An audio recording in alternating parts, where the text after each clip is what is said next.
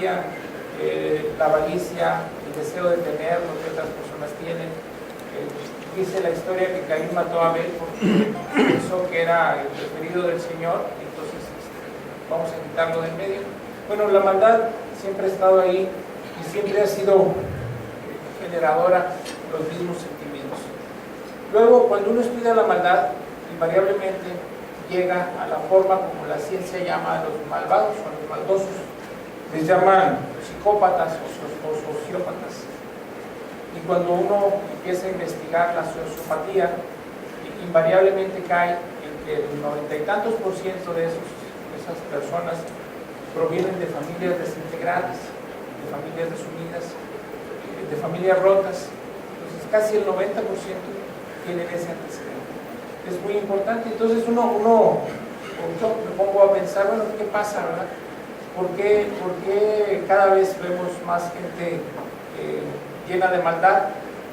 Seguramente es porque somos más, eso definitivamente nos incluye. También porque los medios de comunicación han hecho que las cosas se difundan más, ¿verdad? Hace unos años podía pasar algo en Tampico y nosotros no nos dábamos cuenta. Ahorita pasa algo en China y ya nos estamos enterando. Entonces esa facilidad para comunicar las cosas pues ha hecho que nos seamos más, que tengamos más presente que la maldad está ahí. Pero invariablemente que también la sociedad en su conjunto ha cambiado y la familia es el eje sobre el que gira la sociedad. Y cuando uno investiga se da cuenta que la madre, la mujer, es el eje sobre el que gira una familia. Es increíble obviamente que los dos, padre y madre, son importantes para formar una familia, pero es increíble que el padre puede estar o no estar. Si la mamá está centrada, está comprometida con su trabajo, con su decisión de ser madre y de sacar adelante una familia, la familia va a salir. O sea, realmente una persona es huérfana cuando no tiene madre, porque mientras el padre esté o no esté, eso dificulta las cosas, pero no las imposibilita. Sin embargo, cuando la mamá falla, entonces sí que hay problema, porque una mamá que no está comprometida con lo que quiere hacer, con sacar adelante a sus hijos, da problemas de este tipo. Y yo me puse a pensar, bueno, en mi época, nosotros somos 7 hermanos, todos somos personas, quiero creer que de bien. Mi mamá estudió hasta el segundo año de primaria, o sea que no tenía así mucha educación, mucha cultura, pero tenía sentido común, y entre comillas es el menos común de los sentidos, y que cada vez va más a la baja. Entonces, un sentido que le hacía comprometerse con lo que ella había decidido ser madre y sacar adelante a sus hijos. Y bueno, yo debo de comentar que no soy partidario de la violencia y la educación de los hijos, pero no puedo negar que en mi época la violencia era parte de la educación de los hijos. O sea, yo fui víctima de esa violencia, ¿verdad? Yo creo que si los nuevos psicólogos, los teóricos de la psicología moderna, se pusieran a analizar la forma como las madres de aquella época, que no era mi madre, eran todas las mujeres que tenían hijos en aquella época, educaban a sus crías, yo creo que tendrían que decir que usaban un método que se llamaría metafísica y psicoterapia compacta y breve, orientada en el cliente. O sea, con un coscorrón te ordenaban el aura, equilibraban la chakra, limpiaban el karma y hacían que el consciente y el subconsciente hicieran el proyecto. O sea, hacías caso porque hacías caso. Y entonces, y bueno, yo recibí muchos de esos. ¿Por qué nunca me traumé, ni me acomplejé, y no yo? O sea, todos los de mi generación recibieron muchos de esos. ¿Por qué nunca nos sentimos agraviados o víctima de bullying? Bueno, porque a cambio de eso, mi mamá estaba ahí cuando había que levantarse. Oye, levántate porque vas a llegar a la escuela. Métete a bañar porque si no, no puedes ir con los ojos llenos de lagañas. Vete a desayunar porque si no desayunas no vas a aprender. Estaba ahí cuando salía de la escuela, estaba ahí cuando había que darme de comer, estaba ahí, aunque no podía ayudarme mucho con las tareas, sabía que tenía que sentarme a hacer la tarea. Estaba ahí en todo momento. estaba ahí para hacerme las tortillas de harina para cenar. Y estaba ahí porque decía, si no te acuestas tú, no me puedo dormir yo. O sea, estaba todo el santo día ahí. Entonces, daba mucho que cuando reprimía, no se sentía realmente como una agresión, ¿no? O sea, estaba tan dispuesta, estaba tan dada a dar, que realmente cuando corregía, no se sentía agresivo. Sin embargo, si nunca estoy y quiero corregir agrediendo, pues entonces sí se siente la agresión. Creo yo que eso ha formado parte importante del por qué cada vez vemos más familias desunidas y hijos mal orientados. Las madres de hoy en día tienen otras prioridades, están más preocupados en su realización personal, lo cual es muy válido, están más preocupados en todo, y la educación de los hijos ha pasado a un término pues secundario o terciario. Las madres de hoy en día están más preocupadas en verse monas que en educar hijos, ¿verdad? Bueno, entonces la pregunta es, ¿quién es un delincuente? Cuando uno piensa en la palabra, uno ve gente fea, gente que asusta, gente que da temor. Bueno, esa es una forma de delincuente. Yo me puse a buscar en el diccionario y resulta que un delincuente es la persona que comete actos que van contra la ley. O sea, cuando a uno le dan una definición tan clara, tan concisa, tan específica, no puede menos que sorprenderse, ¿no? Pues sí, es lógico. Un delincuente es el que comete actos que van contra la ley. Bueno, ¿y qué es la ley? Aquí hay varias definiciones, pero bueno, todas coinciden y van más o menos por lo mismo. Es una norma jurídica dictada por una autoridad competente en la que manda o prohíbe algo cuyo incumplimiento conlleva una sanción. Otra definición dice, es una norma jurídica dictada por una autoridad pública que a todos ordena, que prohíbe o permite determinada acción y a la cual todos deben obedecer. Entonces, recalqué ahí cosas que me parecen importantes. Una norma jurídica que manda o prohíbe, que a todos ordena y que a todos deben obedecer. La definición es sencilla, ¿verdad? Cuando uno lo analiza un poquito, dice, sí, tiene razón. Entonces, el que comete algo que va contra eso, pues es un delincuente. Y en eso estaba yo meditando cuando me encuentro un estudiante, un grupo de estudiantes que estaban fotocopiando un libro. Y les pregunto, oye, ¿tú sabías que hay una ley de derecho de autor? Sí. Una ley que dice que no puedes fotocopiar un libro si no tienes por escrito la autorización del editor o del autor o del dueño de los derechos. Sí. ¿Sí sabes que lo que estás haciendo es un delito? Sí. Entonces, ¿eres un delincuente?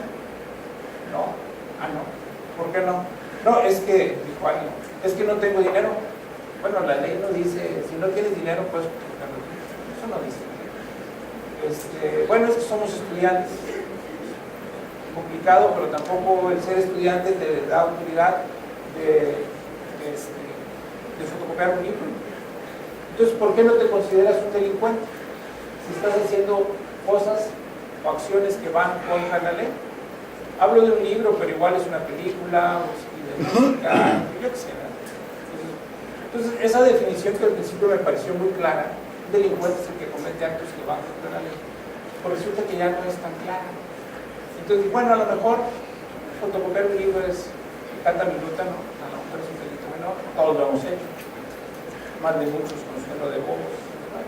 Vamos a buscar algo que sí sea realmente un delito, algo con el que todo el mundo esté de acuerdo en que hacerlo infringe la ley y por lo tanto nos convierte en delincuentes. Entonces, y bueno, vamos a ver, quitarle la vida a un ser humano, matar, es delito. Pues sí, la ley del hombre dice que tener la intención de quitarle la vida a otra persona es un delito. La ley de Dios también dice, no matarás. Entonces, bueno, ahí están de acuerdo los dos en que quitarle la vida a una persona es un delito. Pero luego, resulta que hubo una época en Japón donde los kamikazes se suicidaban y mataban a mucha gente y ellos no eran considerados delincuentes, eran considerados héroes.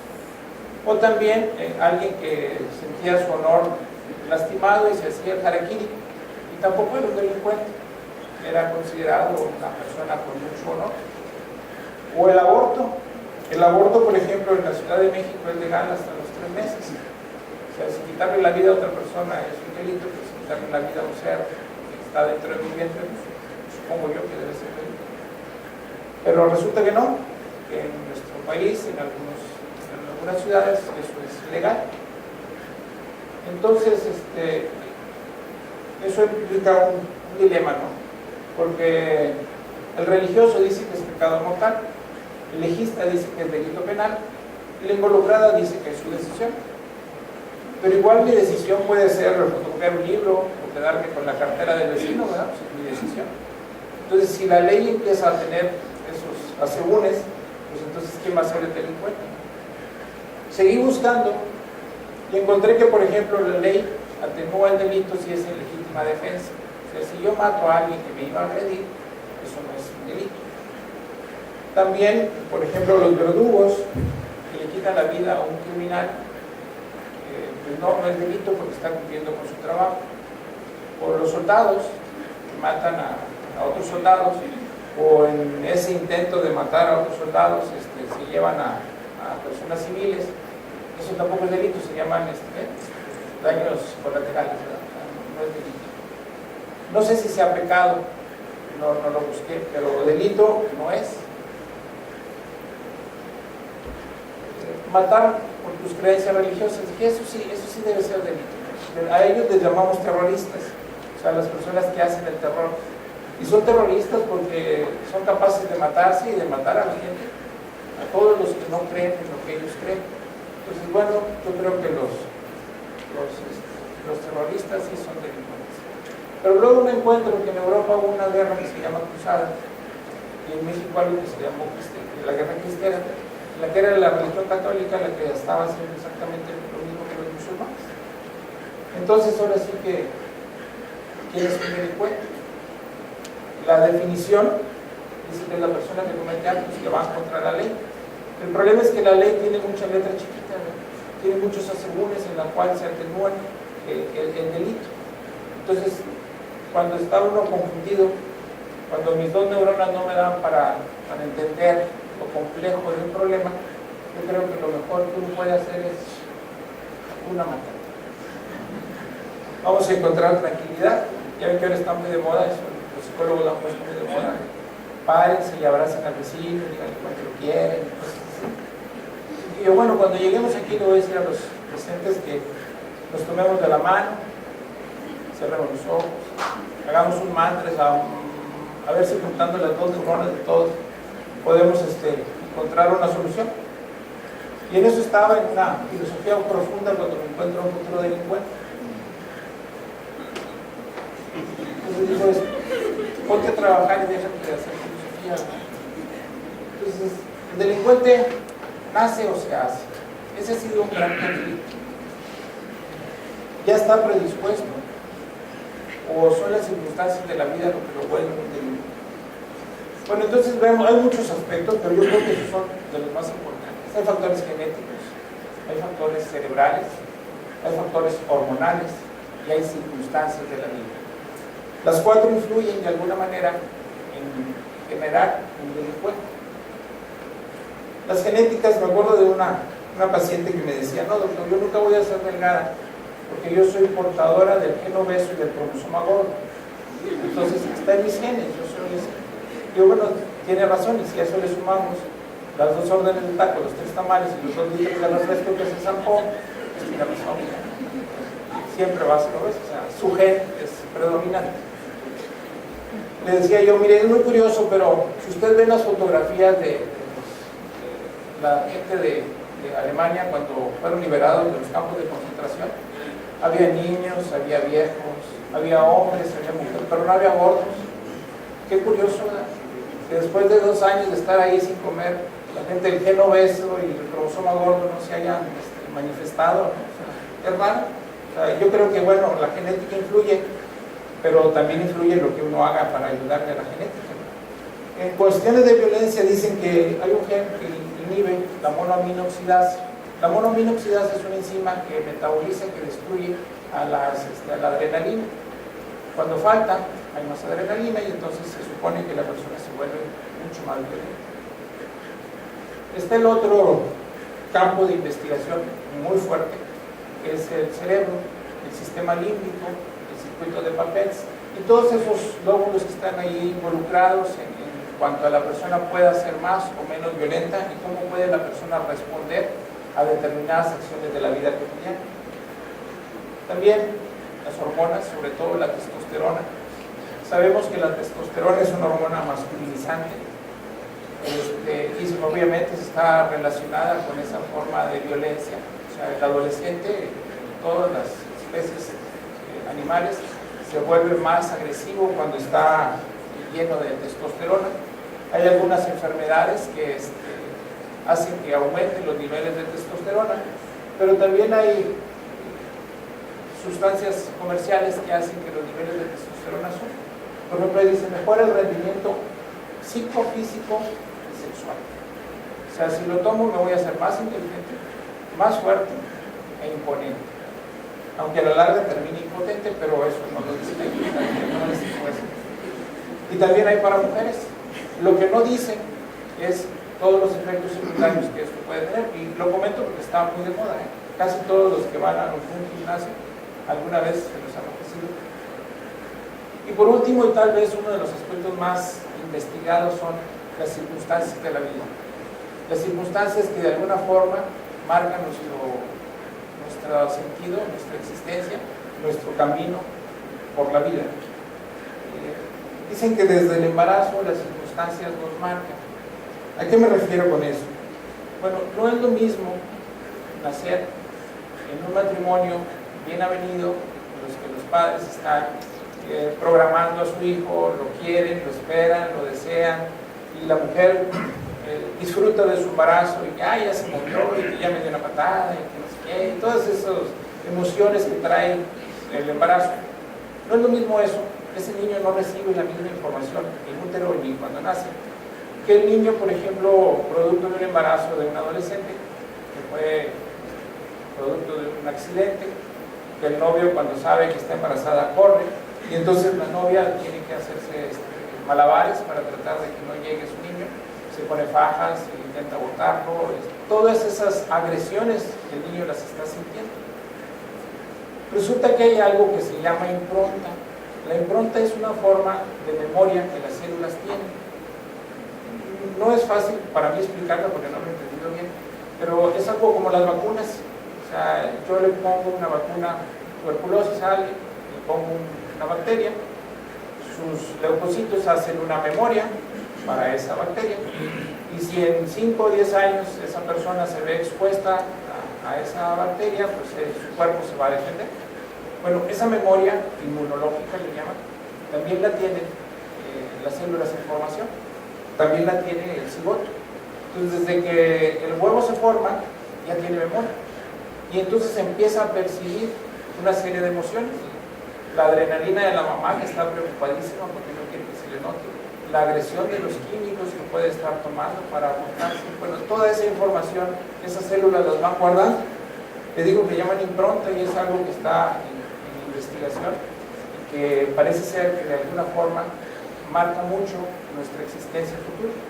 Por eso decimos que desde que nacemos, las circunstancias de la vida nos van mostrando un camino. Luego viene pues el entorno en el que nacimos.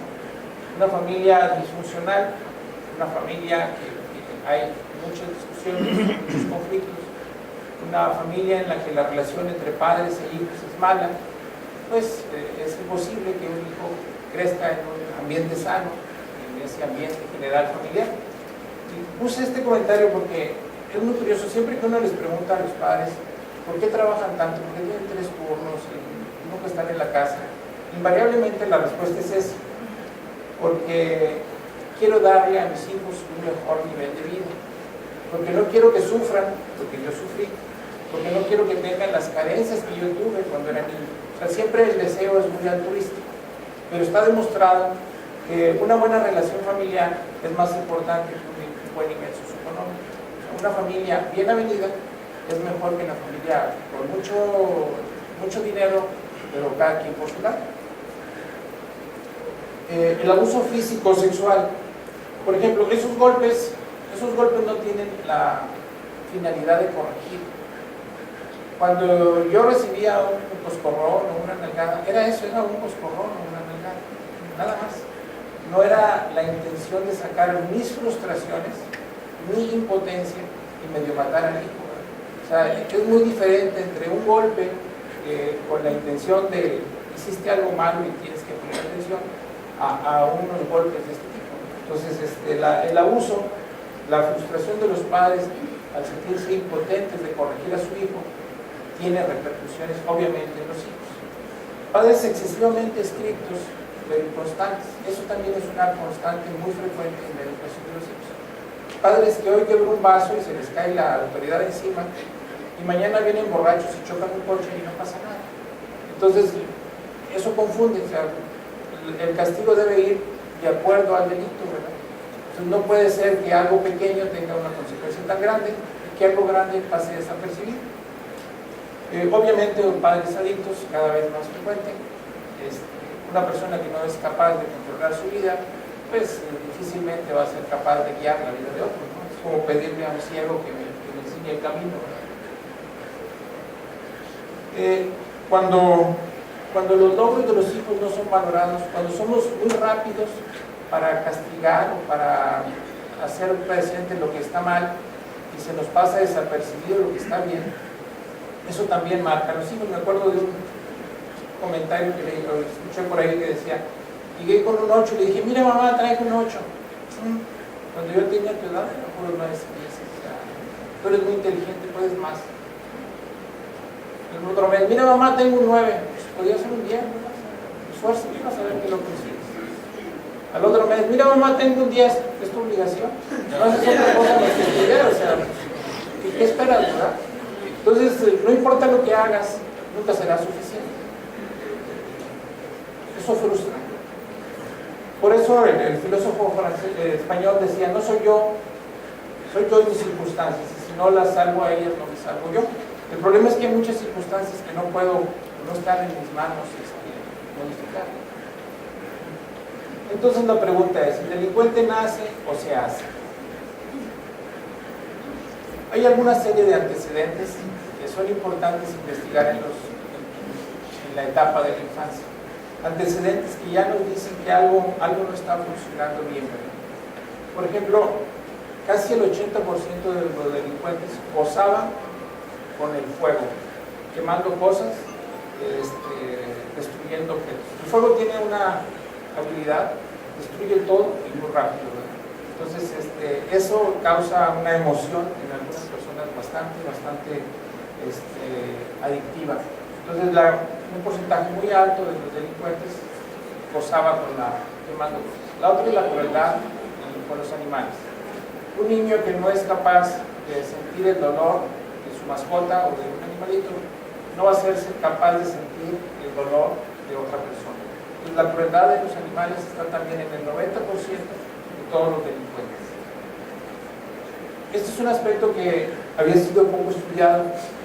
Los niños que no controlan su vejiga, la enuresis, está en el 60% de los delincuentes. O sea, casi el 60% tiene el antecedente de que cuando era niño mojaba la cama. Y a veces no tan niño, a veces ya hasta en la adolescencia mojaba la cama. Me acuerdo de una señora que fue a consultar, llevó a su hijo a consultar por otro motivo, y en el comentario salió, tenía 17, 18 años y todavía se orinaba en la cama. Y le digo a la señora, ¿y eso no le preocupa? Sí, no, pues mire, yo todavía el día de mi boda, y bueno, el hecho es que usted lo haya hecho no quiere decir que esté normal, no quiere decir que a usted nadie le puso atención, pero ¿por qué no ayudar a su hijo? ¿Verdad? Pero bueno, a veces lo tomamos como algo pues, sin importancia. Luego, la dificultad para relacionarse con otros niños de su edad. Curiosamente, muchos delincuentes o son hijos únicos o son el menor de una familia grande y frecuentemente tienen dificultades para llevarse bien con otros niños de su edad. Frecuentemente se llevan bien con adultos. Como los papás son muy dados a justificar las cosas, decimos, es que mi hijo es muy inteligente, entonces todos los niñitos de su edad me parecen bobos, ¿verdad? Entonces, y además como convive con puros adultos, pues por eso no le interesa correr una pelota o andar por ahí. O se llevan bien con niños más chiquitos, pero los niños más chiquitos juegan a que son la maestra, a que son la mamá, a que, o sea, juegan a que los dominan, a que los mandan, a que los manejan. Pero les cuesta mucho trabajo interactuar con niños de su edad. Eso obviamente los lleva a aislarse, a estar solos en su entorno. Ustedes los ven en el recreo y ellos están por allá comiendo su noche solos. Entonces, ese aislamiento es también un antecedente muy frecuente en pacientes, en personas con futuros delincuentes. Las fantasías criminales. Muchos de estos niños cuentan que desde niño, muchos de estos delincuentes, cuentan que desde niños tenían esas fantasías de hacer daño, de lastimar, de vengarse del que les había quitado las canicas, o sea, de hacer algo extremo, algo que destruye. Cuando crecen, se vuelven adolescentes así, llenos de fantasías, y cuando sucede algún factor estresante, reprueban un examen, se divorcian los padres, la novia los deja, esas fantasías las tienden a ser realidad. El problema es que la realidad frecuentemente es menos excitante que las fantasías. O sea, la realidad no cumple todas las expectativas que ellos tenían en sus sueños, y entonces eso los obliga a volverlos a hacer una y otra vez. Puse esas imágenes porque para mí la cleptomanía refleja eso. Si alguna vez han conocido a una persona cleptómana, les va a decir que cuando ellos entran a una tienda o a un lugar y ven algo que les gusta, en ese momento la adrenalina llena su cuerpo. Se emocionan, incluso empiezan a ver dónde están las cámaras, quién me está viendo, dónde está la que cuida, dónde lo agarro, dónde me lo meto, o sea, empiezan a fantasear un montón de cosas. Eso es lo que los emociona. Una vez que se llevan el objeto, frecuentemente van y lo tiran. O sea, no tenía mayor sentido el robarse lo que sea. Lo que tiene sentido es la acción, el hacerlo es lo que los llena de emociones. Entonces, por eso tienen que volverlo a hacer, porque no es que yo haya robado una manzana porque tenía hambre. Me robé la manzana porque estaba ahí en ese momento, la quise. Es importante entender que no todos los delincuentes son psicópatas, ni todos los psicópatas son delincuentes, porque así como les ponía las fotografías de los delincuentes esos y inspiran miedo, bueno, no todos son así. Y yo les invito a que piensen en las características del delincuente, no como ese Mara Salvatrucha que lo ve uno a 3 cuadras y le saca la vuelta, sino como el delincuente integrado, el que está dentro de nosotros, el que comparte con nosotros el día a día y el que no deja por eso de ser un delincuente. La personalidad del delincuente tiene una ausencia total de empatía. O sea, no le importa a la gente. La empatía es la capacidad que en un momento dado podemos tener de ponernos en los zapatos de los demás, de sentir lo que las otras personas sienten, de sufrir o de gozar como las otras personas lo pueden hacer. Entonces, eso no existe en la personalidad del delincuente. A él no le importan las demás personas, le importa él, sus emociones, sus sentimientos, sus deseos, lo que él quiere. Entonces, esa falta de empatía hace que el resto del mundo no exista. Existo yo, y lo que yo haga por mí, eso está bien. Luego hay una ausencia de miedo. No le tienen miedo a prácticamente nada, ni a lo que voy a hacer, ni a las consecuencias de lo que voy a hacer. Entonces, ese miedo los hace hacer cosas desde niños que están muy por encima de lo que uno esperaría para un niño. Tampoco sienten remordimiento. Ellos cosifican a las personas. Las personas son objetos, son cosas. Se hagan de cuenta que ustedes agarran un Kleenex, lo llenan de moco y lo tiran a la basura. Nadie se pone a pensar, ay, mi pobre Kleenex, ¿qué estará haciendo entre tantos papeles? Me quedé ella, me sirvió, lo usé, lo tiro. Bueno, eso, pero con las personas. O sea, las personas, mientras me sirvan, mientras las pueda usar, las uso, y cuando ya no me sirvan, las tiro. Entonces, no tengo ningún remordimiento por lo que les pueda pasar o no pasar. No tienen límites. No tienen límites en ningún aspecto. No sé si se acuerdan haber visto esa noticia donde estaba el chinito ese que tenía la casa llena de billetes. Y bueno, me queda claro que el dinero es importante, pero tanto. O sea, ¿realmente necesitas tanto dinero para ser feliz? O estás buscando tu felicidad en algo que no te la va a dar. O sea, no importa cuánto tengas, jamás lo vas a encontrar. Entonces, no solamente en cuestiones de dinero, o sea, no tienen límites prácticamente nada, en emociones, en vivencias, no tienen límites. Por lo tanto, están buscando constantemente nuevas emociones que llenen esas expectativas que no hay manera de llenar. Luego tienen problemas de autoestima.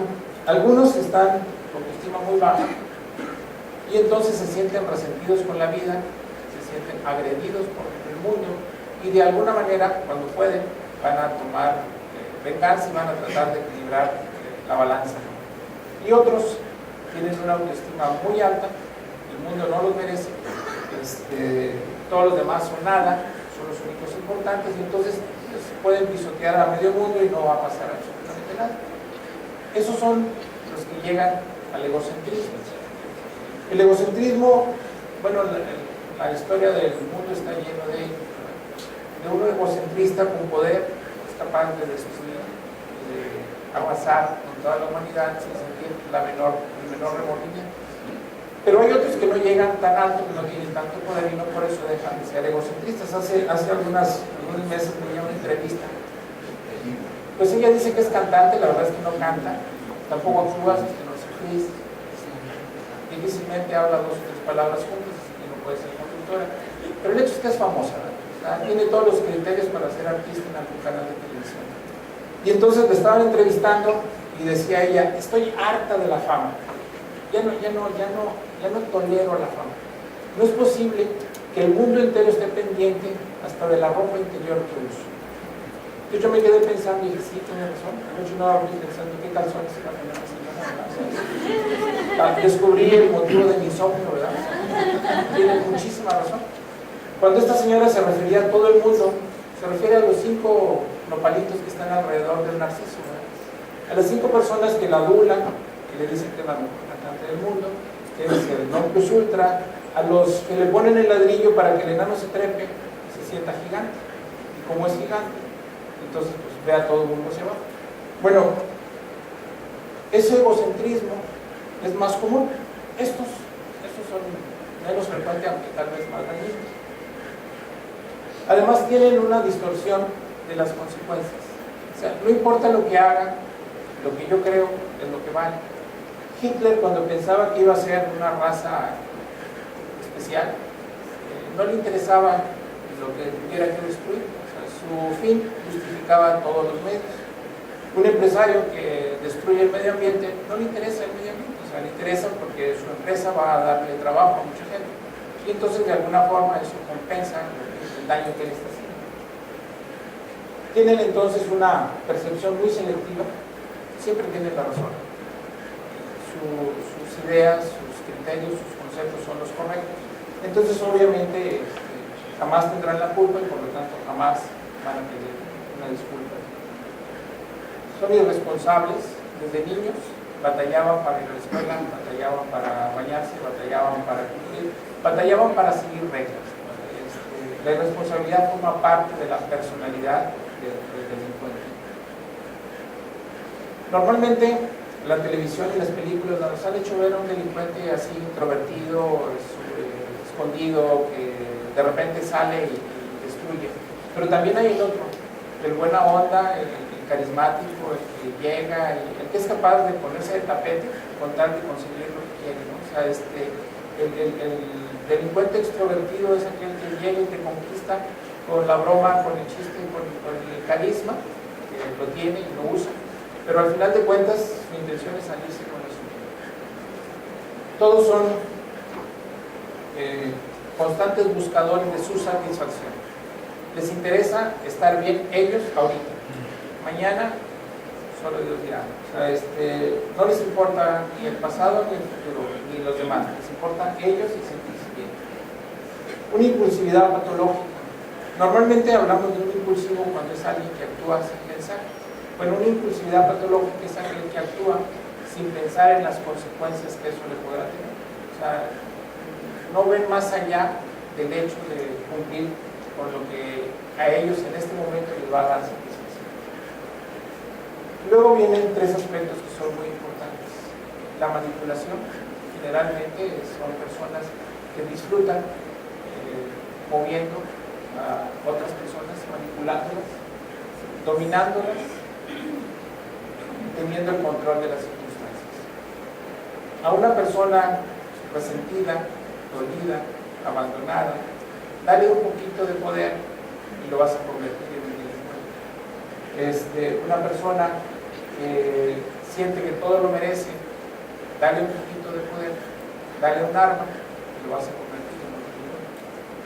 Pero no podemos olvidar, independientemente de que sean malévolos en su esencia o carismáticos y buena onda, al final de cuentas todos vinieron de una familia que debió de haber cumplido sus obligaciones como tal. Hace un tiempo platicaba con un político y me decía que todos como sociedad tenemos una obligación con tanta gente que está haciendo delincuencia en las calles. Y bueno, tiene razón, pero yo le decía, bueno, si cada uno de nosotros cumpliera con sus hijos y se encargara de darle valores a sus hijos y se encargara de hacer de sus hijos personas de bien, no tendríamos ningún problema con la sociedad, ¿no? El problema es que muchos estamos esperando que otros hagan por nuestros hijos lo que nosotros no podemos hacer o no queremos hacer por ellos. Y quiero terminar con esta frase que es casi se relaciona mucho con el grupo de Alcohólicos Anónimos. Concédeme la serenidad para aceptar las cosas que no puedo cambiar, valor para enfrentar las que sí puedo y sabiduría para saber la diferencia. Muchas gracias.